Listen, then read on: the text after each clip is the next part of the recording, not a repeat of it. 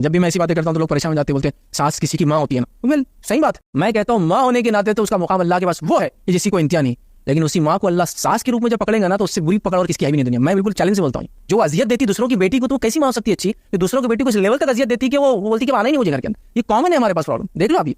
तो मैं कहता हूँ एज अ मदर हर औरत जन्नती है, लेकिन जब सास के रूप में भी तो अल्लाह तो इंसाफ करने वाली या ऐसी पकड़ होने वाली उम्मत मुस्लिमा की औरतों की जिसकी कोई इंतहा नहीं। तो आप बुरा मत लगने दीजिए, सास भी तो किसी की माँ, मैं भी मान रहा हूँ, तो आपकी बीवी भी किसी की माँ ही होती है, उसको दर्जा दिया आपने आज तक। तो शरीयत में देखिए सब बराबर है ना, तो माँ का मुकाम माँ की जगह, बच्चों की माँ का मुकाम भी तो बच्चों की माँ की जगह दो ना। आप एक माँ को मुकाम देकर उसको आपने खुदा के दर्जे तक पहुंचा दिया, हलाल हराम जो वो बड़ी कर रहे हैं, और दूसरी माँ जो आपके बच्चों की माँ उसका आपके मुकाम में नहीं, पैरों की जूती समझते हैं उसको। ये तो समाज ने कर दिया औरतों का, जब बहुएं गलत है तो वो भी गलत काम करे। मैं बोल रहा हूँ बच्चों को बेकारी, वो बेटों को तोड़ दे रही, वो भी गलत है। लेकिन अक्सर जगह जब बेटे साथ भी रह रहे हैं तो उनके आंसू बातें भी रह रहे हो कि अम्मी तो ऐसे, लेकिन चलो बर्दाश्त कर लो।